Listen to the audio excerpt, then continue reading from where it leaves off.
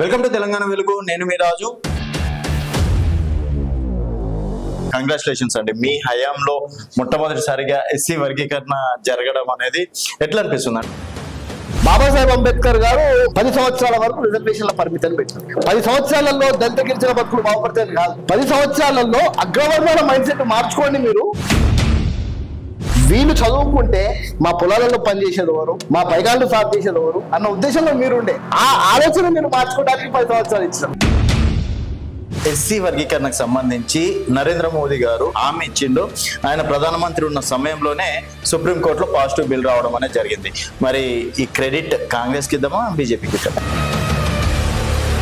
అంటే సుప్రీంకోర్టు అనేది ఏమన్నా బీజేపీదా? మోడీకి ఏం అవసరం లేదు. అయితే మోదీ గారు క్రెడిట్ ఎట్లా వస్తుంది అంటున్నాడు. అసలు రాజ్యాంగంగా వచ్చిన రిజర్వేషన్లకే వ్యతిరేకం. రిజర్వేషన్ ఎవరికి కావాలి? చదువులో కావాలి, ఉద్యోగాలలో కావాలి. మోదీ గారు ప్రభుత్వం వచ్చిన తర్వాత సుమారు 100కు పైగా ప్రైవేట్ యూనివర్సిటీలకు పర్మిషన్ ఇచ్చింది. ప్రతిసారి ఇక్కడ మోడీని ఒక టార్గెట్ చేసి కేవలం ఆయన రాజ్యాంగ వ్యతిరేకత టార్గెట్ చేస్తున్నారు తప్పించి ఆయన కూడా చేసే కాడికి చేస్తున్నారు. అది మాత్రం కాంగ్రెస్ కి నచ్చట్లేదు. సరే, వీళ్ళు రాజ్యాంగ వ్యతిరేకులు కాదు అని మీరు అంటారు. మనుధర్మ శాస్త్రము మన భారత రాజ్యాంగం రాకముందుకు భారతదేశాన్ని పట్టి పీడించిన ధర్మశాస్త్రం కదా, మరి దాన్ని ఎందుకో మీరు పట్టుకొని తిరుగుతారు? వచ్చింది ఎస్సీ వర్గీకరణకు సంబంధించి రిజర్వేషన్ల టాపిక్.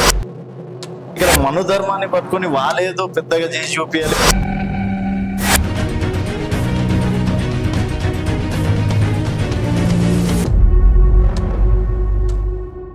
వెల్కమ్ టు తెలంగాణ వెలుగు. నేను మీ రాజు. ప్రస్తుతం మనతో పాటు SC corporation chairman, Congress party senior నాయకులు నగిరిగడ్డ ప్రీతం గారు ఉన్నారు. నమస్తే ప్రీతం గారు, అండ్ కంగ్రాచులేషన్స్ అండి. మీ హయాంలో మొట్టమొదటిసారిగా ఎస్సీ వర్గీకరణ జరగడం అనేది ఎట్లా అనిపిస్తుంది? అంటే మీరు ఒక ఎస్సీ కార్పొరేషన్ చైర్మన్ గా 30 సంవత్సరాల పోరాటం అనుకోవచ్చు. 30 సంవత్సరాల పోరాటం కాదు, అందరు అనేది 3 దశాబ్దాల పోరాటం, 30 సంవత్సరాల పోరాటం అని అంటారు. ఓకే, అది కేవలం ఎంఆర్పిఎస్ ఉద్యమం అని అంటారు. ఫస్ట్ మీరు అనే దాంట్లోనే మీకు ఫస్ట్ క్లారిటీ తెలంగాణ రాష్ట్ర ప్రజలకు తెలంగాణ వెలుగు ఛానల్ ద్వారా ఇద్దామనుకుంటున్నాం. పాయింట్ 1, మనకు రిజర్వేషన్ ఏర్పడ్డ తర్వాత 1965లో లాల్ బహదూర్ శాస్త్రి గారు ప్రధానమంత్రిగా ఉన్నప్పుడు ఆనాడే రిజర్వేషన్ అనుభవించే కులాలలో కొన్ని అగ్ర కులాలు చేరినాయి, అందులో అసమానతలు ఉన్నాయి, అందరికీ రిజర్వేషన్ ఫలాలు ఈక్వల్ గా దొరకట్లేదని చెప్పి 1965లో లోకూర్ కమిషన్ ని ఏర్పాటు చేశారు. ఓకే, లోకూర్ కమిషన్ ఏర్పాటు అయిన తర్వాత ఆ లోకూర్ కమిషన్ రిపోర్టు 1967లో సబ్మిట్ అయింది కేంద్ర ప్రభుత్వానికి. అప్పుడు లాల్ బహదూర్ శాస్త్రి గారు ప్రధానమంత్రిగా ఉండే. 1968లో హర్యానా రాష్ట్రం, పంజాబ్ రాష్ట్రంలో వర్గీకరణ ఆనాడే అమలైంది కాంగ్రెస్ పార్టీ హయాంలో. ఓకే, వర్గీకరణ అనేది ఆ వర్డ్ అనేది 1965లో స్టార్ట్ అయింది. దాని తర్వాత హర్యానా, పంజాబ్ రాష్ట్రంలో దళితులు ఎక్కువ స్థాయిలో ఉన్న అక్కడ చెమార్స్, మోచీస్, డిఫరెంట్ క్యాస్ట్లు ఉంటాయి. అక్కడ వాటిల్లో ఉన్న దానిలో ఒకట వర్గీకరణ అమలు చేసిన తర్వాత ఎంతో మంది అట్టడుగు ప్రజల జీవితాలు బాగుపడ్డాయి. దాని ఉద్యమం నుంచి మళ్ళా తెలంగాణ, ఆంధ్రాలో కూడా ఈ సైడ్ లో కూడా ఉద్యమాలు మొదలు పెట్టినా 3 దశాబ్దాల ఉద్యమం, అది వేరే. ఓకే, కానీ అసమానతలు ఉన్నాయి. ఆ కులాల మధ్యలో వివిధ రకాలుగా చాలా మంది ఎక్కువ క్యాస్ట్ ఉన్న వాళ్ళు తక్కువ అనుభవిస్తున్నారు, తక్కువ క్యాస్ట్ ఉన్న వాళ్ళు ఎక్కువ అనుభవిస్తున్నారు. అందులో చదువుకున్న వాళ్ళు ఒక కులం మాత్రమే ఉన్నారు, చదువుకోలేకపోతున్న వాళ్ళు చాలా మంది ఉన్నారని గమనించింది కాంగ్రెస్ పార్టీ 1965 అనే అంటున్నా నేను. మరి అప్పటి నుంచి కాంగ్రెస్ పార్టీ 40-50 సంవత్సరాలు అధికారంలోనే ఉంది. మీరు చెప్పిన సంవత్సరం నుంచి అయితే దాదాపు 30-40 సంవత్సరాలు ఉంది. మరి ఎందుకు చేయలేకపోయింది? ఇప్పుడు అడుగడుగున ఈవెన్ మనకు 1965లో మనకు అది లోకూర్ కమిషన్ వేసిన తర్వాత కూడా 68లో లోకూర్ కమిటీ రిపోర్ట్ ఇచ్చిన తర్వాత 2 రాష్ట్రాల్లో అమలు పరిచిన తర్వాత సుప్రీంకోర్టులో పంజాబ్ రాష్ట్రం మరియు హర్యానా వాళ్ళు ఎప్పుడో దాని మీద కేసు వేసి దాంట్లో ఇంప్లీడ్ అవ్వుకుంటూ దేశంలో ఎక్కడ కూడా వర్గీకరణ అనే పదం రాగానే మొత్తం అగ్ర కుర్ణాలను దాన్ని అడ్డుకునే ప్రయత్నం చేశారు. అంతేందుకు బాబాసాహెబ్ అంబేద్కర్ గారు రిజర్వేషన్స్ కి సంబంధించి 10 సంవత్సరాల వరకు రిజర్వేషన్ల పరిమితిని పెట్టినారు. 10 సంవత్సరాలు ఇచ్చింది. 10 సంవత్సరాలలో దళిత గిరిజన బతుకులు బాగుపడతాయని కాదు, 10 సంవత్సరాలలో అగ్రవర్ణాల మైండ్ సెట్ మార్చుకోండి. మీరు వీళ్ళ పట్ల మీ మైండ్ సెట్ వీళ్ళ పట్ల వీళ్ళు చదువుకుంటే మా పొలాలలో పనిచేసేది ఎవరు, మా పైగాళ్ళు సాగు చేసేది ఎవరు అన్న ఉద్దేశంలో మీరుండే ఓకే. ఆ ఆలోచన మీరు మార్చుకోవడానికి 10 సంవత్సరాలు ఇచ్చినారు. దాన్ని కూడా వ్యతిరేకించిన చాలా మంది ఉన్నారు. ప్రతి 10 సంవత్సరాలు పొడిగించుకుంటూ వస్తున్నారు రిజర్వేషన్లకు అసలు ఆపేయాలి, చెక్కు పెట్టాలని కొన్ని హిందుత్వవాద పార్టీలతో ఉండే శక్తులు కూడుకొని రిజర్వేషన్ అడ్డుకునే ప్రయత్నం చేశారు. సరే, ఇప్పుడు ఎస్సీ వర్గీకరణకు సంబంధించి నరేంద్ర మోదీ గారు అంటే మందకృష్ణ మాదిగ కావచ్చు ఎవరికైనా సరే ఆ టైంలో హామీ ఇచ్చిండు. ఆయన ప్రధానమంత్రి ఉన్న సమయంలోనే సుప్రీంకోర్టులో పాజిటివ్ బిల్ రావడం అనేది జరిగింది. మరి ఈ క్రెడిట్ కాంగ్రెస్ కి ఇద్దామా బీజేపీకి ఇద్దామా? అంటే సుప్రీంకోర్టు అనేది ఏమన్నా బీజేపీదా? కాదు కదా. ఎస్, నరేంద్ర మోదీ గారు తెలంగాణ రాష్ట్రానికి ఎన్నికల సమయంలో వచ్చి తొందరలో ఏదైనా పరిష్కారం చేస్తామని పోయినారు కానీ వర్గీకరణ చేస్తామని చెప్పలేదు. పాయింట్ 1. దాని తర్వాత జడ్జిలతో కూడిన కమిటీ వేసినారు. జడ్జిలతో కూడిన కమిటీ వేస్తే ఆ జడ్జిలు ఆ కమిటీ కూర్చొని ఆ 7 మంది ధర్మాసనము దేన్ని అధ్యయనం చేసింది? ఉషా మేరా కమిషన్ రిపోర్ట్ అధ్యయనం చేసింది. ఉషా మేరా కమిషన్ వేసింది ఎవరు? కాంగ్రెస్ పార్టీ. ఆనాడు మోడీకి ఏం అవసరం లేదు. అయితే మోదీ గారు క్రెడిట్ ఎట్లా వస్తుంది అంటున్నాను నేను. ఫస్ట్ ఆఫ్ ఆల్ మోదీ గారు అసలు రాజ్యాంగంగా వచ్చిన రిజర్వేషన్లకే వ్యతిరేకం. ఇప్పటివరకు ఏం తీయలేరు కదా ప్రతిసారి మీరు రాజ్యాంగానికి వ్యతిరేకం. సరే, ఓకే, తీయలేదు అని అంటారు. నేను ఇప్పుడు లైవ్ లో తెలంగాణ వెలుగుతోని నేను పచ్చి నిజాలు మాట్లాడతాను. రిజర్వేషన్ ఎవరికి కావాలి? చదువులో కావాలి, ఉద్యోగాలలో కావాలి. మెయిన్ చదువులో కావాలి, ఉద్యోగాలు కావాలి. మోదీ గారు ప్రభుత్వం వచ్చిన తర్వాత సుమారు 100కు పైగా ప్రైవేట్ యూనివర్సిటీలకు పర్మిషన్ ఇచ్చింది. మన తెలంగాణలో చూసుకుంటే Aurora university, Malla Reddy university, Guru Nanak university, ఇట్లా చెప్పుకుంటూ పోతే 7 ఉన్నాయి తెలంగాణలో. ఆ యూనివర్సిటీలలో ఎస్సీలకే కాదు బీసీలకు కూడా ఎవరు కూడా రిజర్వేషన్ లేదు. అంటే ప్రైవేట్ యూనివర్సిటీల ద్వారా మొట్టమొదటిగా విద్యను వ్యాపారంగా చేసుకుంటూ రిజర్వేషన్లు అనేది కట్ చేసారు. నియామకాలు ప్రభుత్వ యూనివర్సిటీలలో ఆపేసి ఇప్పటికి కూడా ప్రతి ఒక్క యూనివర్సిటీలలో టీచర్ల కొరతనే కానివ్వండి, స్టాఫ్ కొరతనే కానివ్వండి, దాంట్లో కొరత సృష్టించి ఇందులో ఎడ్యుకేషన్ వాల్యూస్ తక్కువ చేసి ప్రైవేట్ యూనివర్సిటీలలో పోతే మాత్రమే మనకి విద్య బాగుంటది అనే ఒక ఇండైరెక్ట్ గా రిజర్వేషన్ కట్ చేసి ప్రైవేట్ యూనివర్సిటీ. తర్వాత ఉద్యోగాలలో కావాలంటే దేంట్లో వస్తే ఉద్యోగము? గవర్నమెంట్ ఉద్యోగం వస్తుంది, అంతే కదా. అందులో మేజర్ గా మనకు రిజర్వేషన్లు కావాలి. ఆనాడు ప్రభుత్వ రంగ సంస్థలు ఏర్పాటు చేసింది కాంగ్రెస్ పార్టీ అయితే పోర్ట్లు, రైల్వే స్టేషన్ ప్లాట్ఫామ్ దగ్గర నుంచి మొదలు పెడితే ఎంటీఎన్ఎల్, బిఎస్ఎన్ఎల్, ఎల్ఐసి దగ్గర నుంచి మొదలు పెట్టుకుంటే అన్ని మీరు అమ్మేసిరే. ప్రభుత్వ రంగ సంస్థలు అన్ని అమ్మేసిన తర్వాత దానిలో ఉద్యోగాలు ఉంటాయా? ఇప్పుడు అసలు ఎంటీఎన్ఎల్ ఉందా? బిఎస్ఎన్ఎల్ ఉందా? లేదు కదా. అది ప్రైవేట్ అయిపోయింది కదా. దానిలో కూడా మాకు ఉద్యోగాలు వచ్చాయి కదా.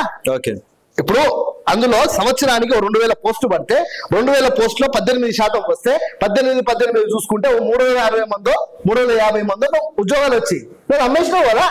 అంటే ఉద్యోగాలలో కూడా తీసేసినావు కదా. ఇక్కడ చూసుకున్నట్టయితే ఇప్పుడు మారుతున్న కాలం పాటు ప్రతి ఒక్కరు కూడా జీవన శైలి కూడా మారుతూ ఉంటది.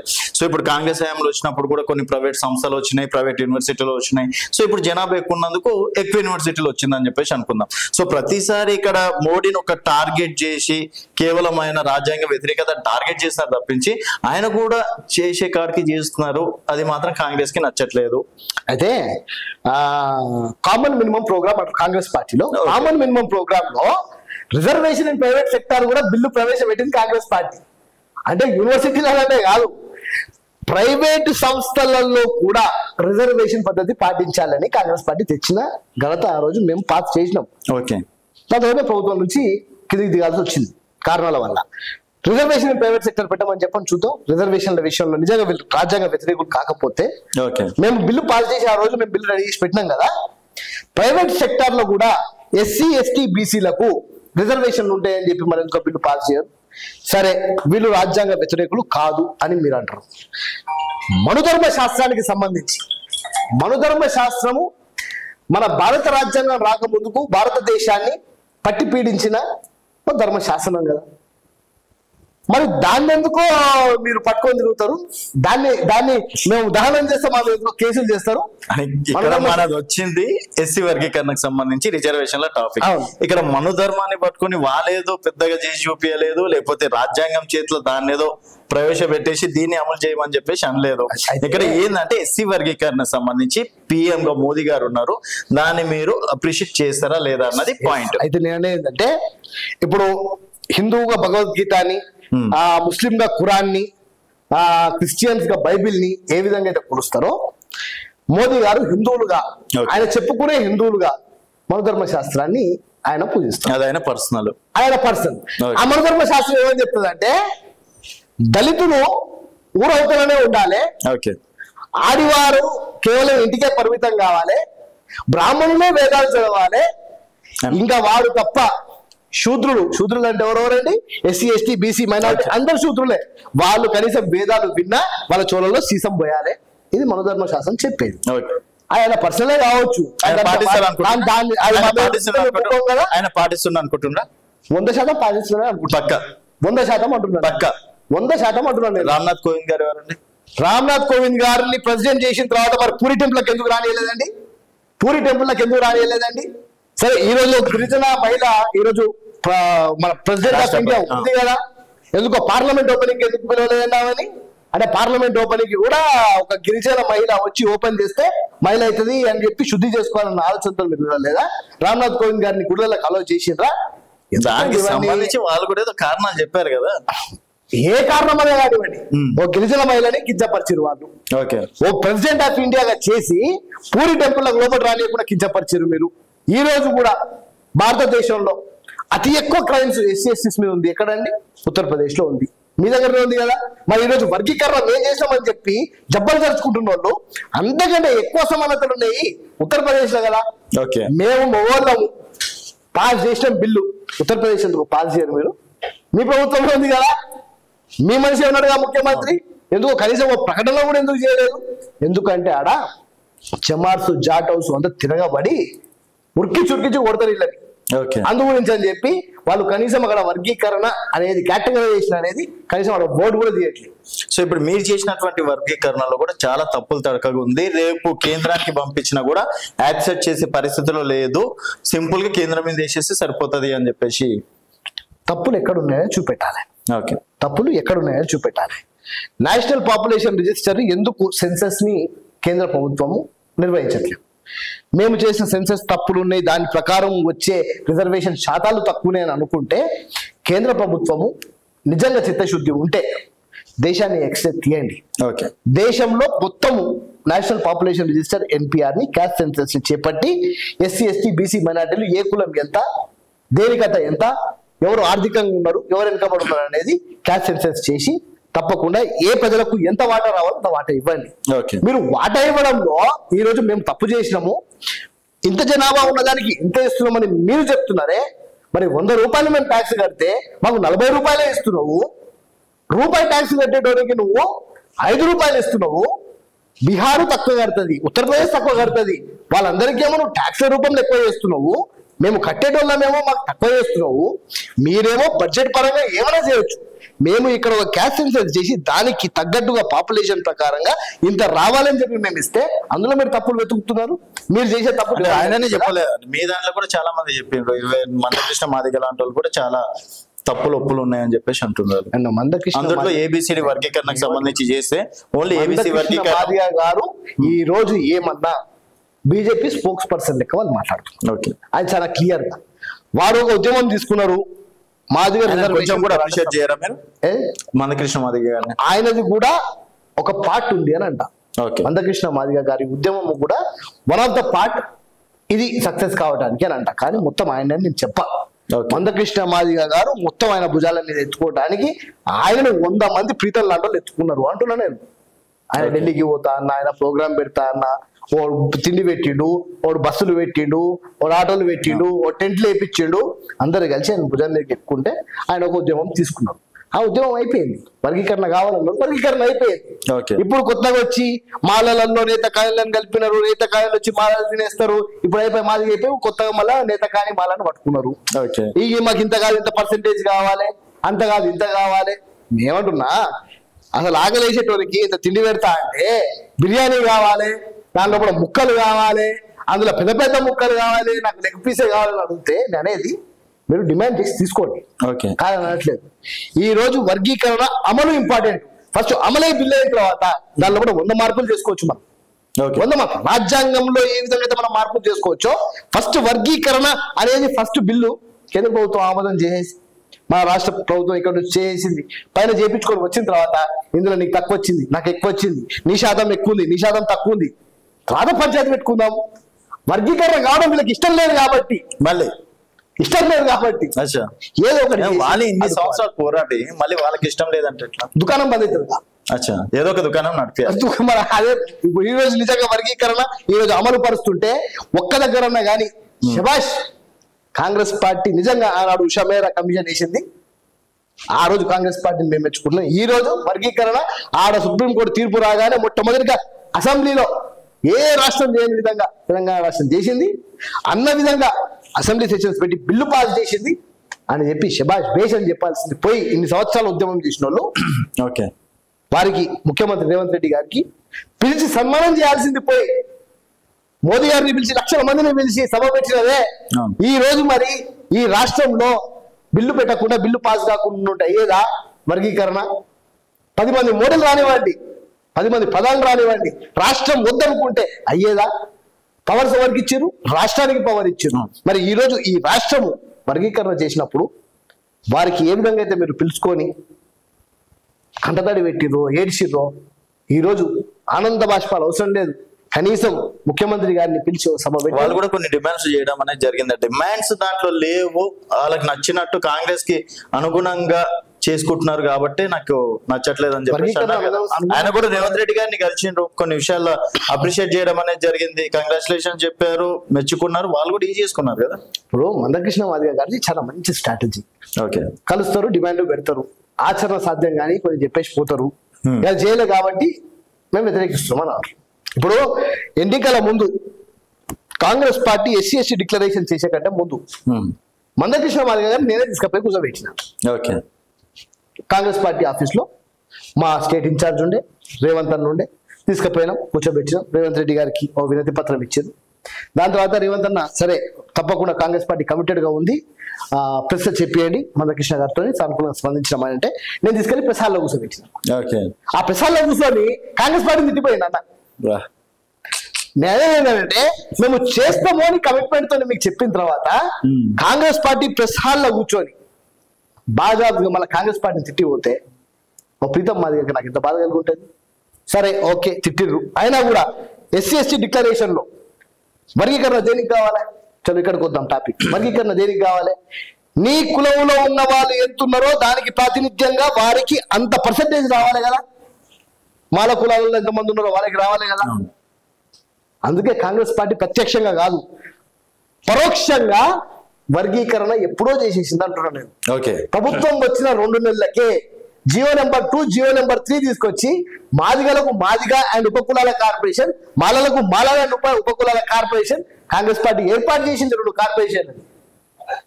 ఇప్పుడు ఏ ఫండ్ పోయినా మాదిగలకు పోతే దాని జనాభా ఎంత ఉందో దాని ప్రాతినిధ్యం ఎంత ఉందో అంత బట్టి వెళ్తుంది, మాలకి ఎంత ఉందో అంత పోతుంది. మరి ఇప్పుడు ఉద్యోగాలలో చూసుకున్నట్టయితే ఆల్రెడీ గ్రూప్ 1 గ్రూప్ 2 గ్రూప్ 3 అయిపోయింది.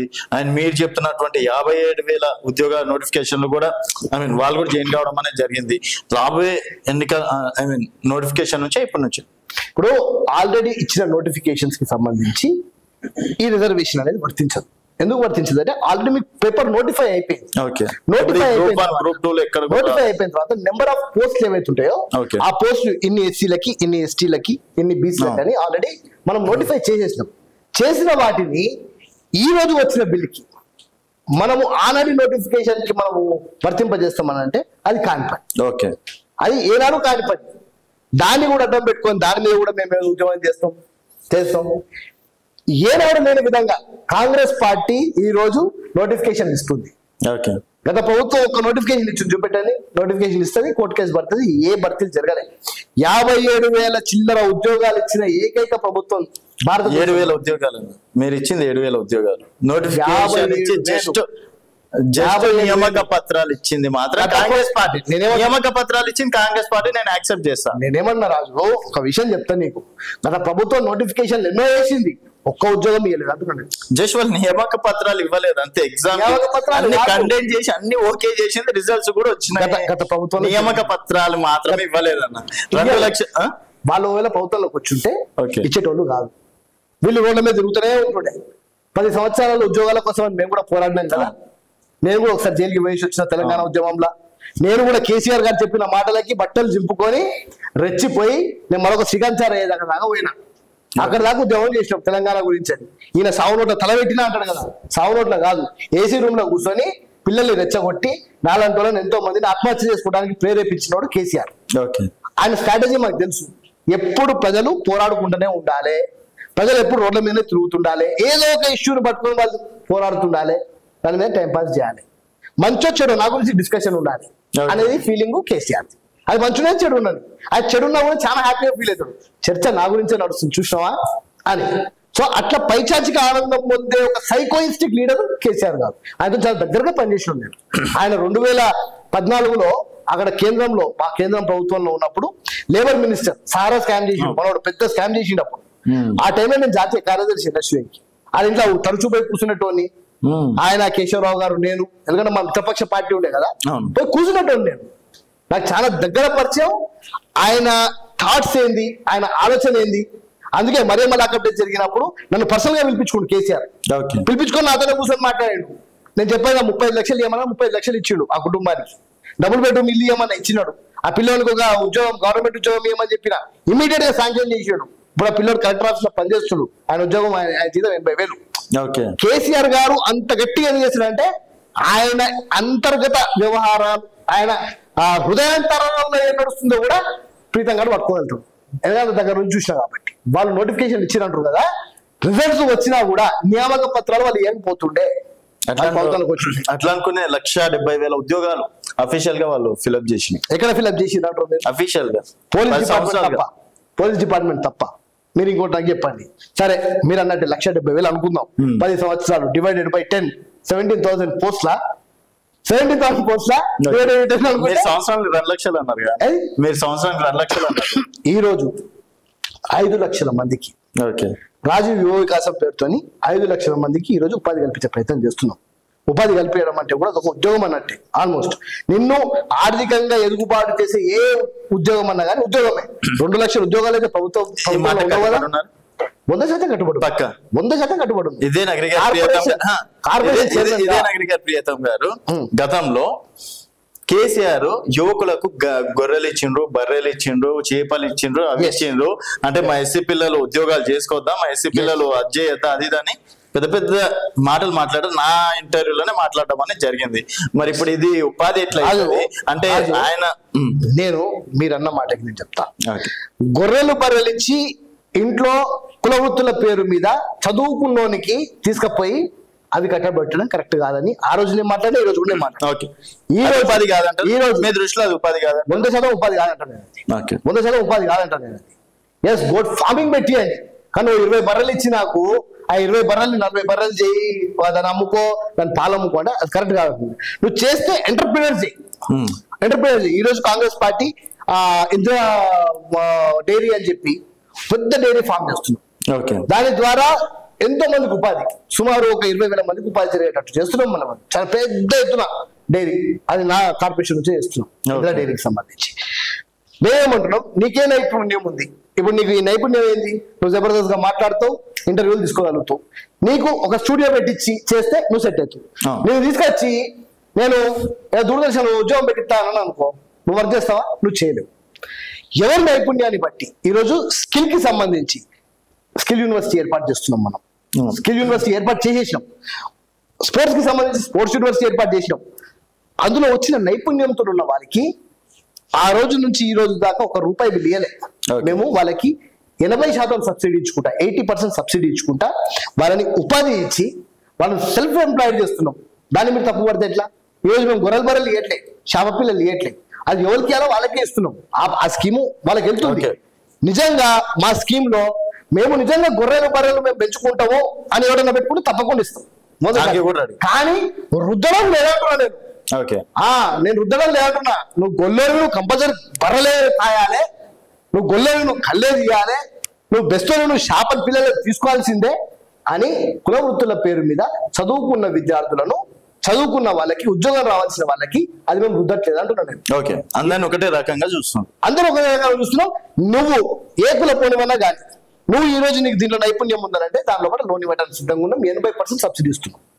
ఇది చాలా అప్రిషియేట్ చేయాల్సిన విషయం. 100% అంటున్నాను నేను. ప్రతి ఒక్కరు అప్రిషియేట్ చేయాలి, కేసీఆర్ కూడా అప్రిషియేట్ చేయాలి. దీంట్లో మళ్ళీ విమర్శలు కాంగ్రెస్ కార్యకర్తలకే ఇచ్చుకున్నారు అని చెప్పేసి నేనేమంటున్నా, రెడీగా ఉంటుందా? అదే కుక్కలు మురుగుతూనే ఉంటాయి, అది పట్టించుకునేది లేదు.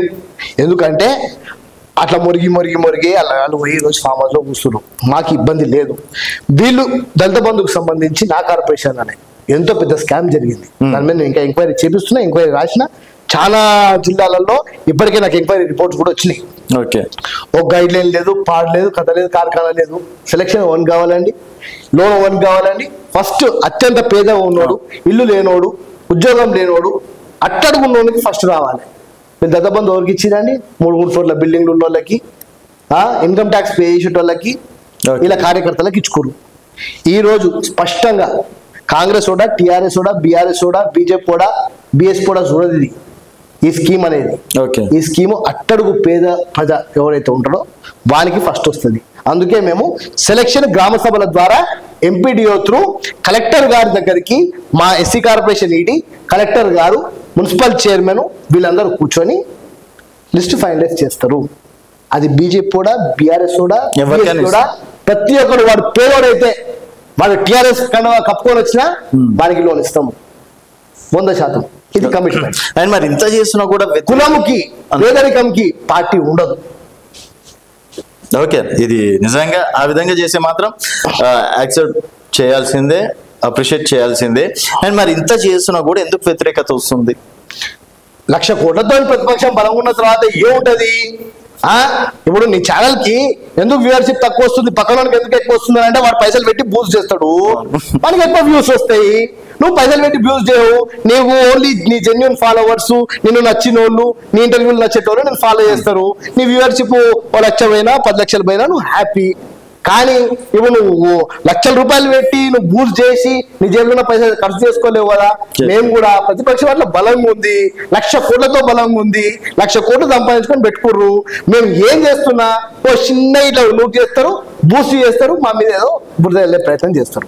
అంటే వ్యతిరేకత ఎందుకు అని అంటున్నాను నేను. ప్రజలు బాగుపడుతున్నారు కాబట్టి వ్యతిరేకత.